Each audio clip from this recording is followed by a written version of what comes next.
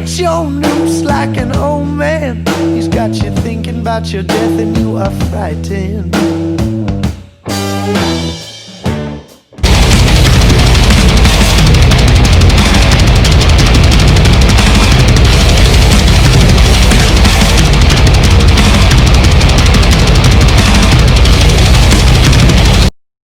Hi to everyone, I'm Ada from Poison Rock, and today we have the honor to have with us Hubert from BANISHER, REDEMPTOR, ACID DRINKERS, and DECAPITATED.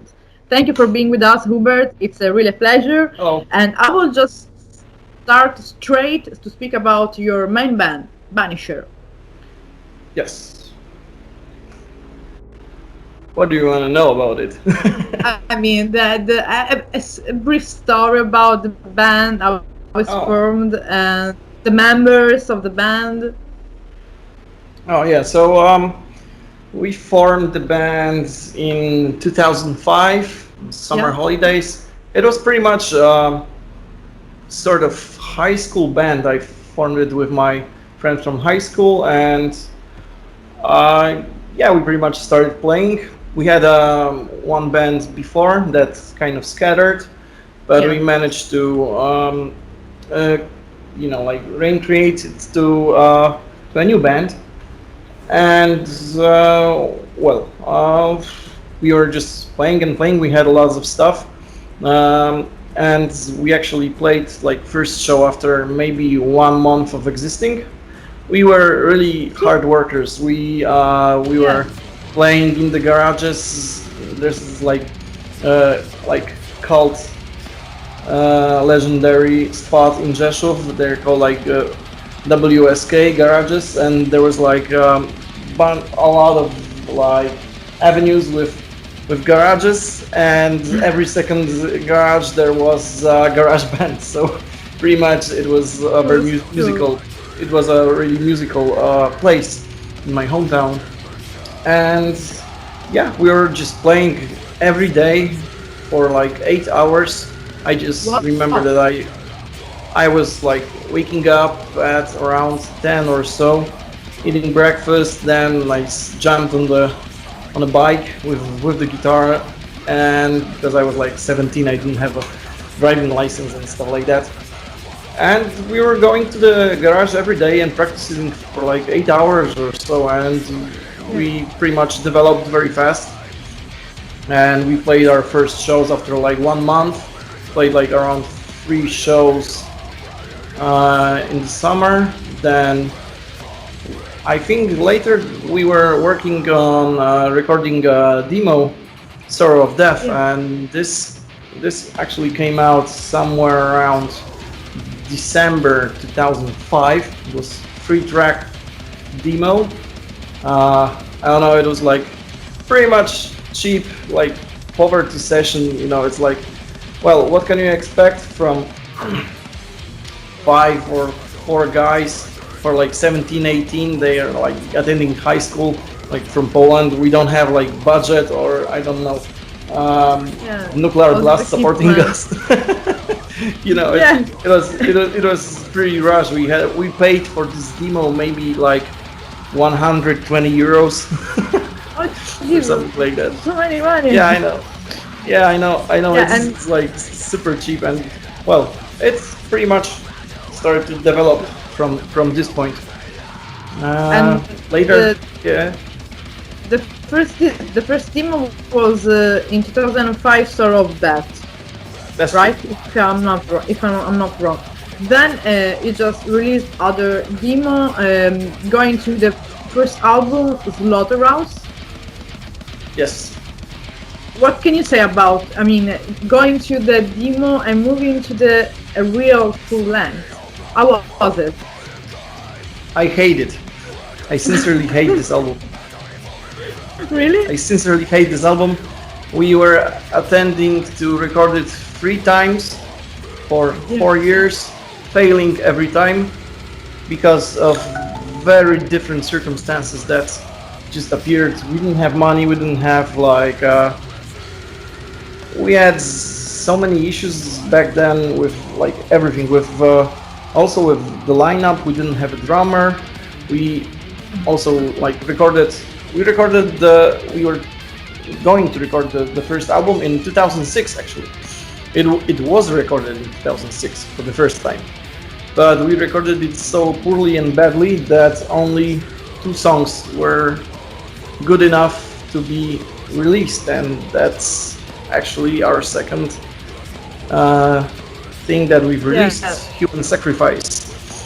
And I pretty much like the first demo and first EP. They were kind of like, you could feel the youth that were like bursting from us. It was really kind of wildish and childish in a good way. We were like metal kids who just loved to play, and we had zero experience. We were super young, and I am very harsh on myself and stubborn, and if I don't like something, I just don't do it. And I was throwing those things to trash so many times, and for the last time when I said okay, it's 3 times, and then no more attempts. And we actually recorded this album with a drum machine, which I hate, and I don't like the sound of this album. I don't like the lyrics. I kind of like the music, but I would have done it much more better. And actually, first album that I'm really satisfied was the second one, when we pretty much developed in a good way. Then we've learned our mistakes from the first album. You didn't huge, do it again. Yeah, we had like a huge lineup changes again. I actually stayed from the first lineup on my own, but I found musicians good enough who supported me, and we've made an album that is really decent, and I really like it. And it's much more better than the first. You didn't huge. do it again. Yeah, we had. To be honest, I actually consider Banisher starting point is releasing the second album, so it would be around 2013. That's for me. If you have to make, for example, a journey about the beginning until now, because the last album is Degrees of Isolation, that is released in 2020. Before speaking of that album in particular, the last one, if you have to make like a review of your personal review about all these albums, this journey, what would it be in few words? Maturity, and like musicianship development at its finest. We've developed a lot as musicians, and obviously we had some more lineup changes, but I know that I developed as a musician, and I have very different approach in composing music than I had 15 years ago. So it's really mature music, and it's just music. It's not, we were being accused of like playing too technical stuff, and that the riffs were like exercises and stuff like that. Maybe in a way on the first things, but now I kind of discovered that the music is actually like a whole package of very different things, not just the music. People think that if you just play good music, it's gonna be just fine. No, it's not gonna be fine. It's not enough, especially in times when we live right now. We need to have a package for it. It's all about the lyrics. It's all about the concept. It's about the cover art and booklets and the music and the like whole story. And what do you have to say by this album and by your music? If it's going straight from your heart, is it like you in this music, or is it just like let's play what people want to hear? It's phony. I hate this kind of stuff. And the last 2 albums, actually the 3, starting from Scarcity, this was like the music that I wanted to play and what I felt I want to play. not phone yet anyway. So that's pretty much it. And speaking about the last one, degrees of illusion, of isolation, what could Yes, you tell about that? about this album. Yes, Well, there it's is a specific topic developed, or something about the composing or songwriting. yes, actually, this album is very personal for me because it's the whole album is about the unpleasant situation that happened to me in 2017 in United States, and actually, this is the whole album is all about it. And if you wanna go through the lyrics and see all the things, and all album is like about emotions, feelings, and stuff that happens to people who are being held in custody. And this is like a true story based on my life. So this is absolutely true. And It's nice. the whole music and stuff, I actually remember that I was writing riffs on a sheet of paper in my cell, like being held in custody, and I didn't have any instruments. I didn't know what I was just singing music in my hand and tried to transcribe it on some kind of tablatures and stuff like that. And after I got out, Your emotion after I got is out, there. yes, and after I got out, I tried those riffs on an actual instrument, and they actually became songs, and there are songs. It's amazing. With those It's riffs. amazing.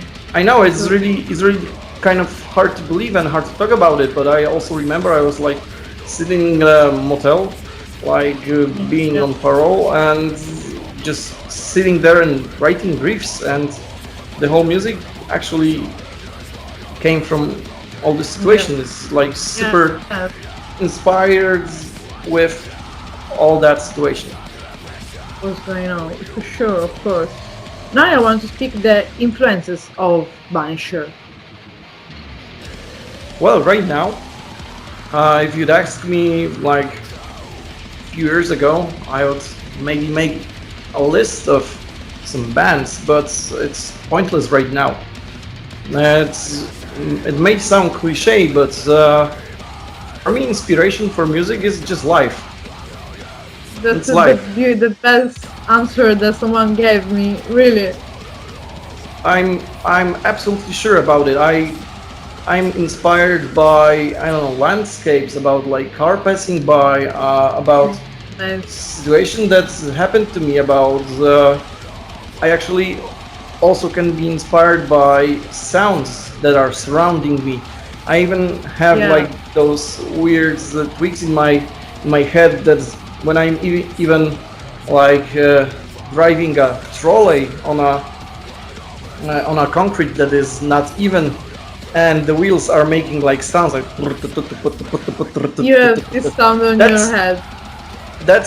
that also can be converted into some rhythmical thing. It's amazing. And- It's amazing. It's amazing. And it's really, I'm not like oh, I'm listening to those bands and I want to play like those bands. This is pointless. This is not you at You- any point.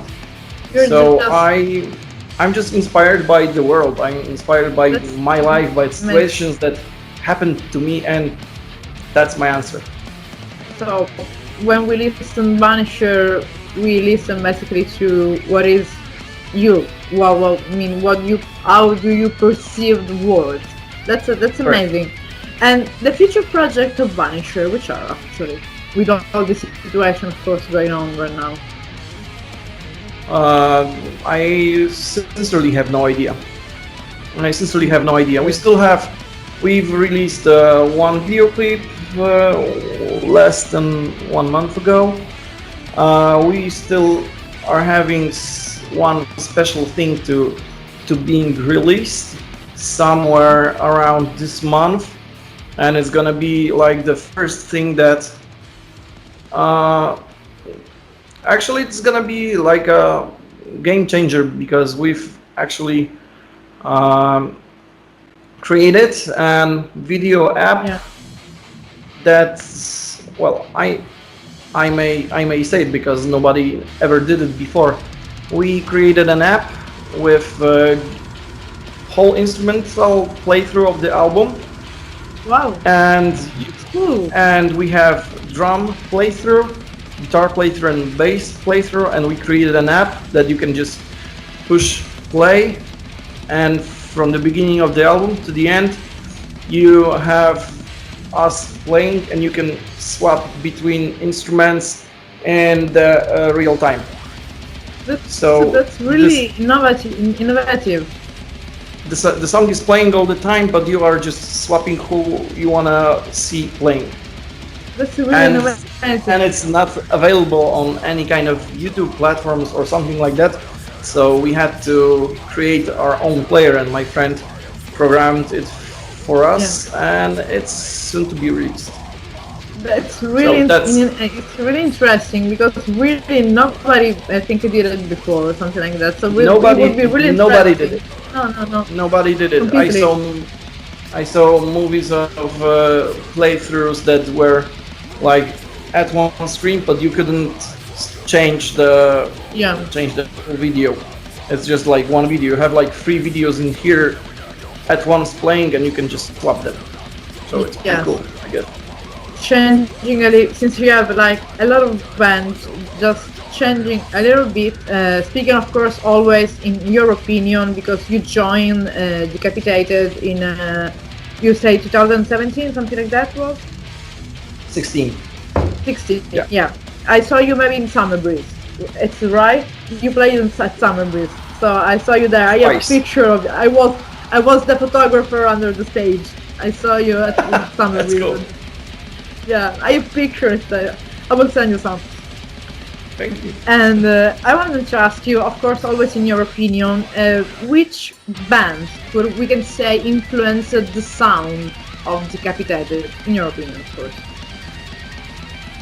Oh, that's pretty much hard question. I don't know what were the influences of the musicians that played back there, but I think that it's also something that we can call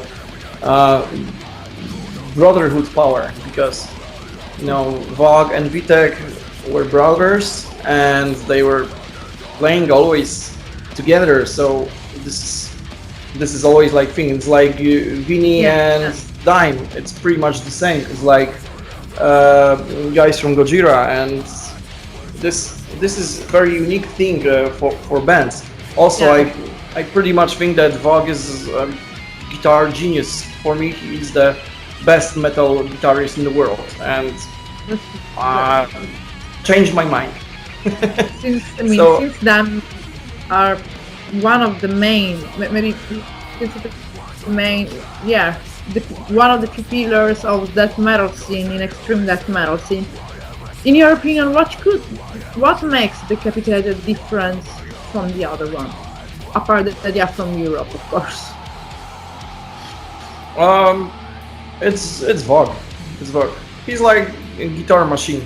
You cannot play what he can play. You just. It's alright. He's like a machine. He's like a machine. It's impossible to play stuff that he plays. I don't know. He's just a genius. So, well, if you have a genius in the band, then pretty much the band is great. And last question, speaking about Decapitated, is for you, if you are a fan or something, you want to suggest a song or an album, maybe an album it's easier, for people who really wants to know better Decapitated, what will it be? This is a really hard question, because every single album that Decapitated released is super different from each other. So you have like 7 albums, and all of them are. You can start from brutal technical death metal to more Hate Eternal kind of metal, then to more groovish kind of thing, then to Pantera inspired. It's you can find everything best. If you are new to the band, and well, depends on what kind of music you like. If you're like a fan of Lamb of God, Meshuggah, and Gojira, or the more mainstreamish kind of bands, then I would suggest the last two albums. If you are a fan of old school technical death metal, such as Hate Eternal or Nile, or I don't know, for example, Suffocation and Cryptopsy, I would go to the mid-ish albums like Negation and Nihility, also the debut album. But for me, my favorite album of the band is definitely Carnival is Forever. This is like the peak of the band for me.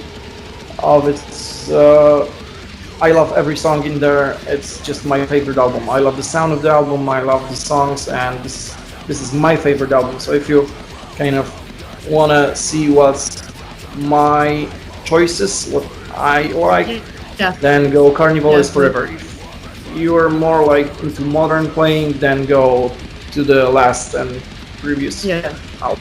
Sure. Changing a little bit topic, you have different projects like we saw before, and there are the other one that we are speaking in a few. I wanted to ask you, you have always been a guitarist in the other project, but in Decapitated you are a bass player.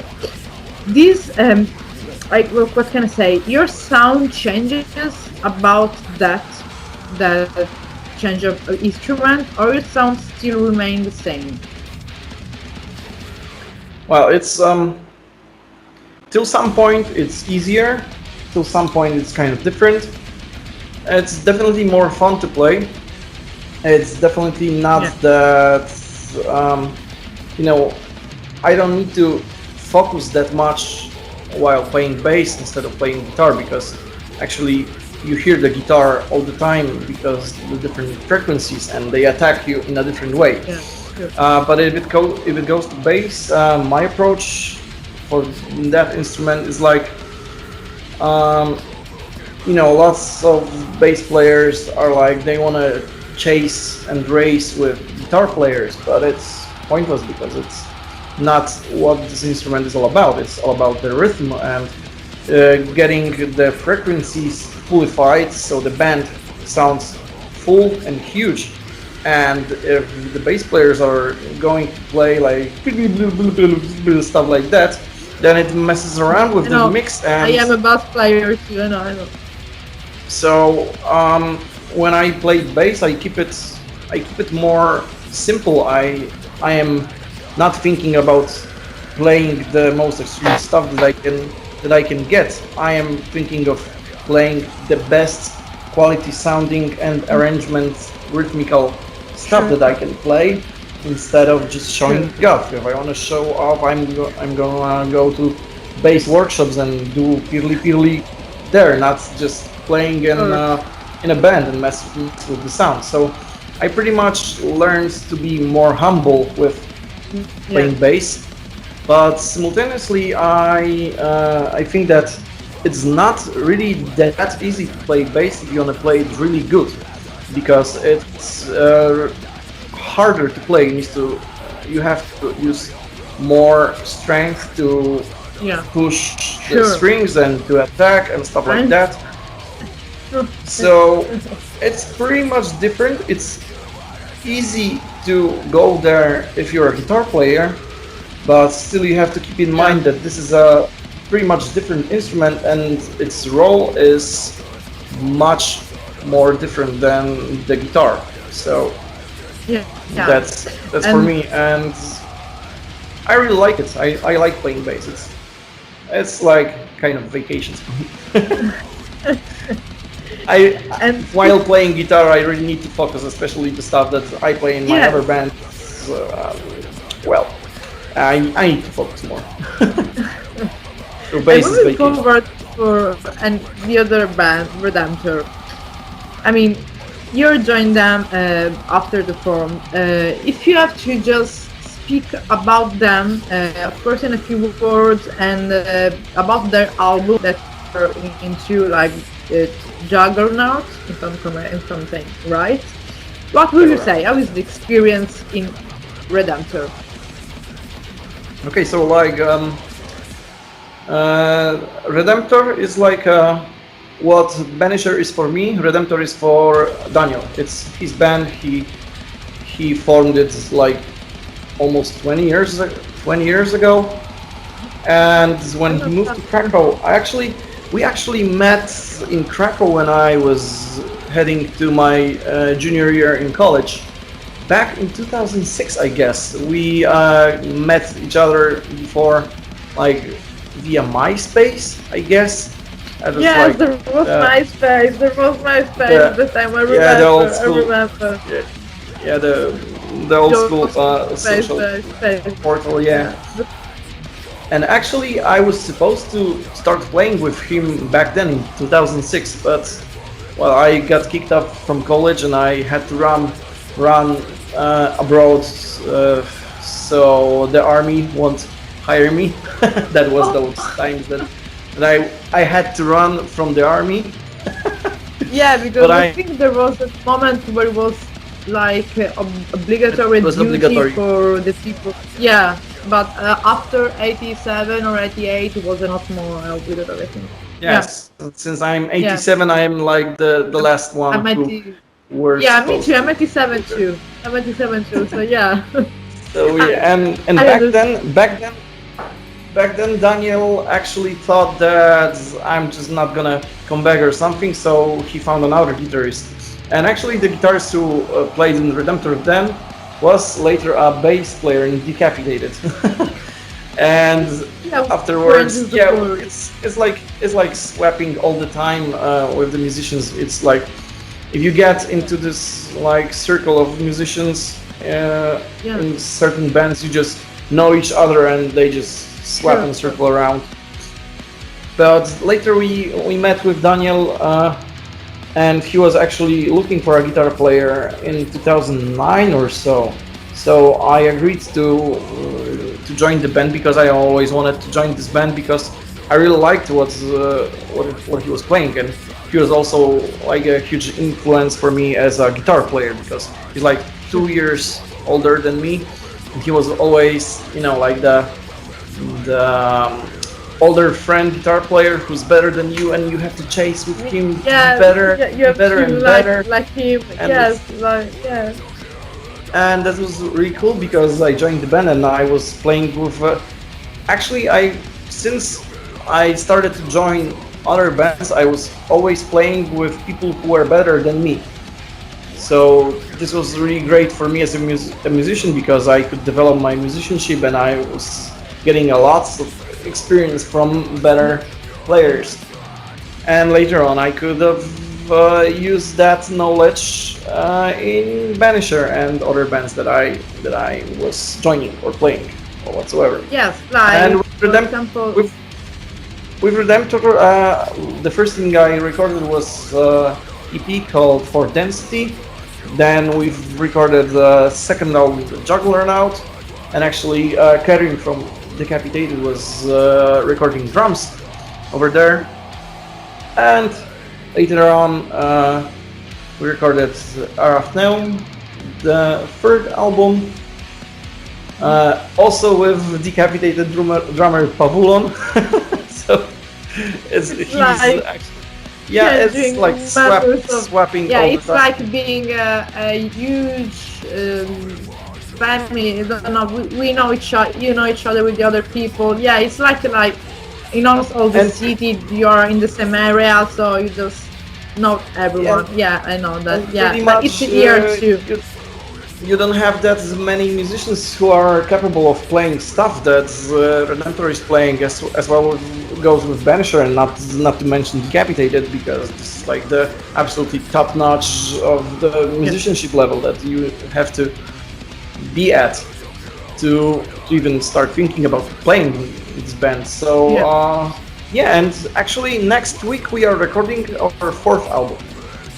Well, so you answered to the future plans and already answered to the next question. So I can ask you about Acid Drinkers, because they are like you played with them live. How it is called? I mean, how it is so? you know, Acid Drinkers is like a legendary thrash metal band from Poland. It was like Yeah. formed in like '86 or whatsoever. I wasn't even I- born yet. I know that I looked at the discography. I was like, oh my god, how many albums they released? It was like, oh my god, too many. Yeah, and actually this was like one of my first metal bands that I discovered when I was like a young snot. I was like maybe 10 or something. So they were like a spectacular influence for me, and Yeah. yeah, I actually met them on some shows while I was playing Decapitated, and the whole story here is like we were invited as a guests on their 30 anniversary last year, and I was playing with Rasta 2 songs with them, and actually they didn't even know that I played the guitar. They thought I was a bass player, and they're pretty much shocked back then. I also recorded one solo for their recent album with covers, and they were pretty much amazed with all those things, and I was like, yo guys, I know, but I play like 20 years the guitar, so well, yeah, I am a guitar player, not a bass player. I played bass only 4 years. I never played bass before. I played bass the day I started auditioning to Decapitated, so maybe except recording bass on Banisher album. So Yeah. it's pretty weird. And last December, I received a call from the drummer that they are in need of help, and their guitar player cannot go on shows, and am I capable to learn the songs and play with them? And it was like Monday evening, and I'm like, okay, so when do you want to play? And they're like, this weekend. I'm like, shit. Okay, so how many songs? 20. Oh Jesus. Okay, That is- all right, send me the set list. And I was like, yeah, they sent me the set list, and I did all 20 songs in 2 days. Oh my I was- goodness, like I was playing singing day and night. Yes, I was playing 15 hours a day.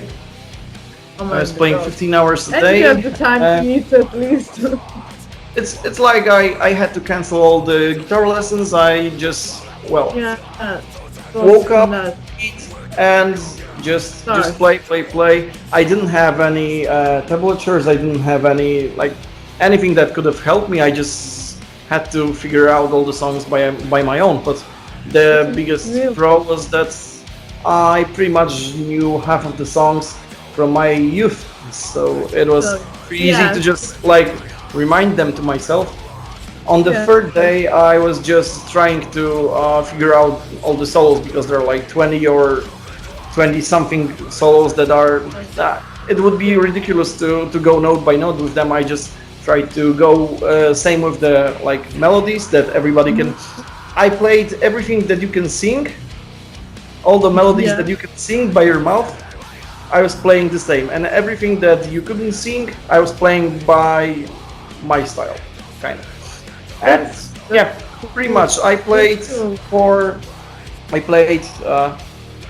four weekends with them, 2 in December and 2 in February, and then it came the whole pandemic thing. So Yeah. pretty much Yeah. there's no playing anymore. Yeah. But it was a pretty cool experience. It was like Unfortunately, no. dream come true. Yeah, playing with. I actually like achieved playing in 2 of the 3 of my favorite bands from Poland right now. So Speaking I'm good about at it.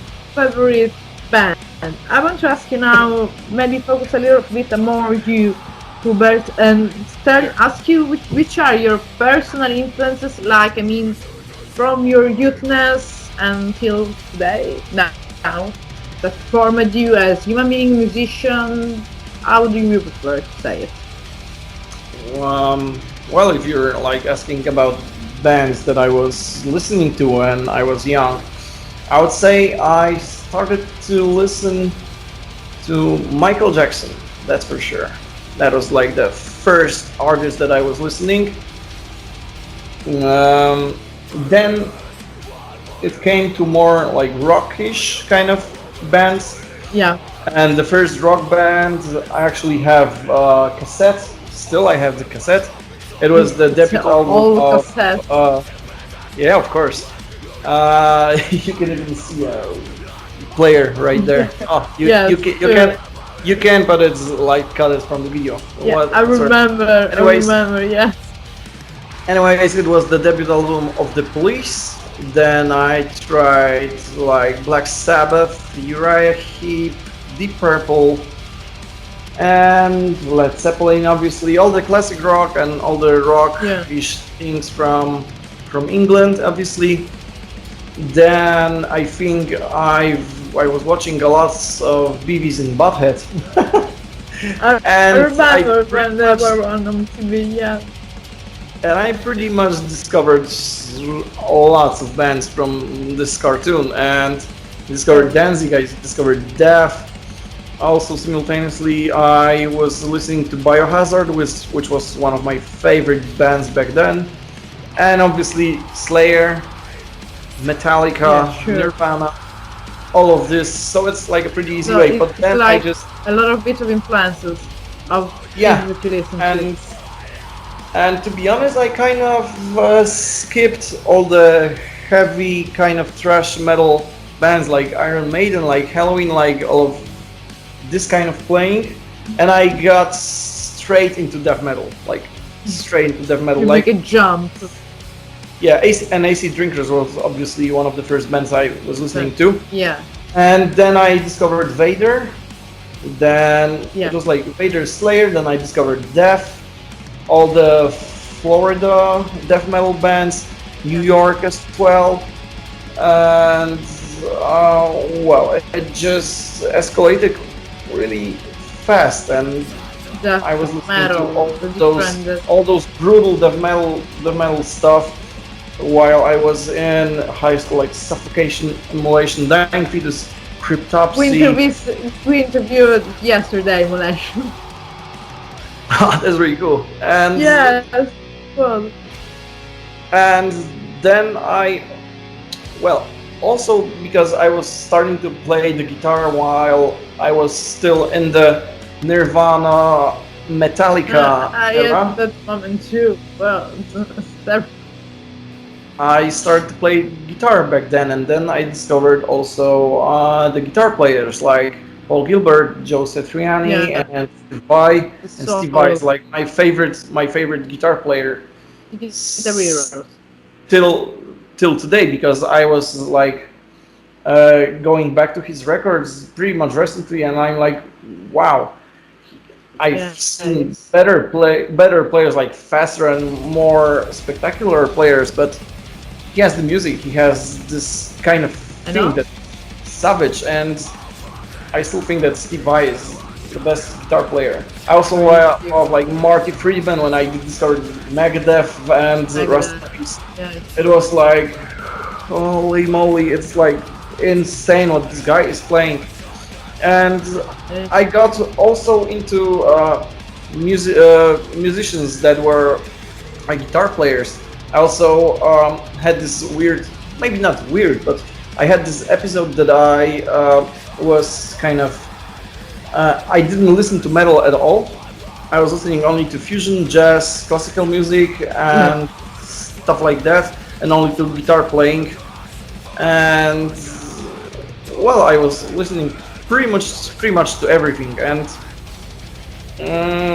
I just was getting back into different styles of music. Then I also discovered like black metal. I didn't like it before, I have no idea why, but then I discovered that black metal is like about being extreme and rough and all of that, and I really and I like what it's about. And pretty recent, like I don't know, maybe 3 years ago, I discovered heavy metal.